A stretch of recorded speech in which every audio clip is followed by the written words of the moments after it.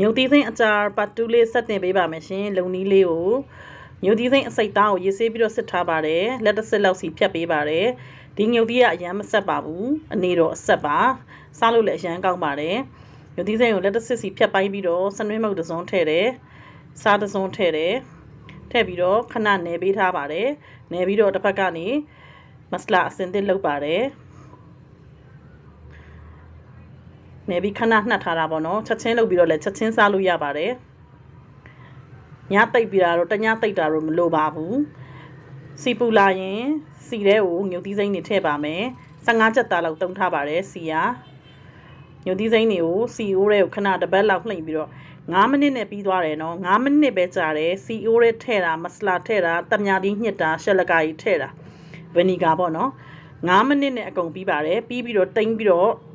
ကြိုက်တဲ့အချိန်ထုတ်စားလို့ရပါတယ်ချက်ချင်းလုပ်ချက်ချင်းစားလို့ရတယ်မနှက်လုပ်နေလေစားလို့ရတယ်ညစားလို့ရတယ်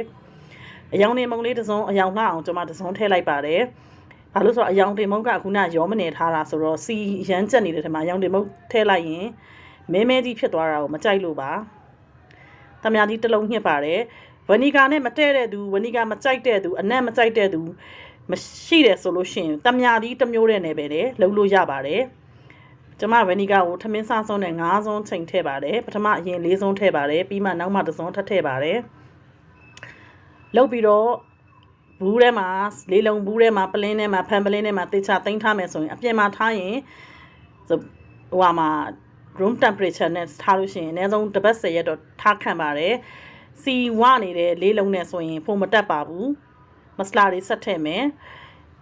ရေကဲတစ်တာထဲမှာထားမယ်ဆိုရင်1လ2လကတော့အသားလေးထားခံပါတယ်ဒီထက်ဆက်တဲ့ငုတ်သီးနဲ့ကိုကြိုက်တယ်ဆိုလို့ရှိရင်လည်း